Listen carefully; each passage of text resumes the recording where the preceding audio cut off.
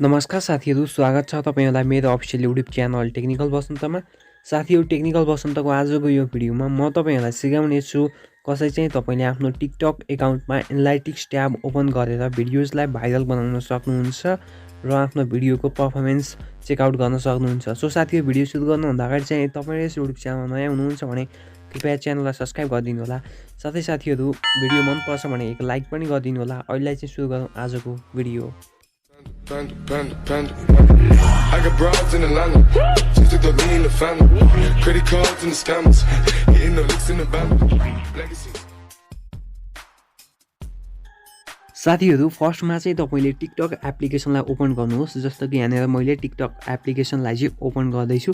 साथीहरू, application open गरिसकेपछि तपाईँले यस्तो एउटा इन्टरफेस देख्न सक्नुहुन्छ। सो साथीहरू, यहाँनिर चाहिँ तपाईँले मी भन्ने आइकनमा चाहिँ क्लिक गर्नुपर्ने हुन्छ। साथीहरू, मीमा क्लिक गरिसकेपछि तपाईँको आफ्नो प्रोफाइल चाहिँ खुलिहाल्छ। तपाईँले मलाई टिकटकमा फलो गर्नुभएको छैन भने चाहिँ मेरो आइडी अधिकारी.बसन्त हो, फलो गर्न सक्नुहुन्छ। साथीहरू, त्यसपछि तपाईँले सिम्पली आफ्नो प्रोफाइलमा गइसकेपछि थ्री डटमा क्लिक गर्नुपर्ने हुन्छ र त्यहाँनिर चाहिँ तपाईँले म्यानेज एकाउन्टको अप्सन देख्न सक्नुहुन्छ। सिम्पली उक्त अप्सनमा क्लिक गरेर त्यहाँनिर तपाईँले स्विच टु प्रो एकाउन्ट भन्ने अप्सनमा चाहिँ क्लिक गर्नुपर्ने हुन्छ। साथीहरू, तपाईँले स्विच टु प्रो एकाउन्ट अप्सनमा चाहिँ क्लिक गरिसकेपछि तपाईँले यहाँनिर चाहिँ एकाउन्ट टाइप सिलेक्ट गर्नुपर्ने हुन्छ।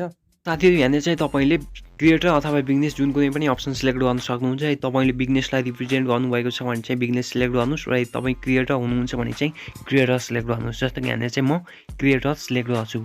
साथीहरू, क्रिएटर सिलेक्ट गरेर सिम्पली नेक्स्टमा क्लिक गरिसकेपछि तपाईँले यस्तो एउटा अप्सन देख्न सक्नुहुन्छ। सो साथीहरू, अब यहाँनिर चाहिँ तपाईँले विविध अप्सन देख्न सक्नुहुन्छ। तपाईँले इच्छा लागेको अप्सन चाहिँ सिलेक्ट गर्न सक्नुहुन्छ। जस्तो कि यहाँनिर चाहिँ विविध अप्सन जस्तो कि आइटी, हाइटेक लगायतका अप्सनहरू छन्। तर म चाहिँ यहाँनिर अहिले चाहिँ इन्टरटेनमेन्ट क्याटेगोरी चाहिँ सिलेक्ट गर्छु।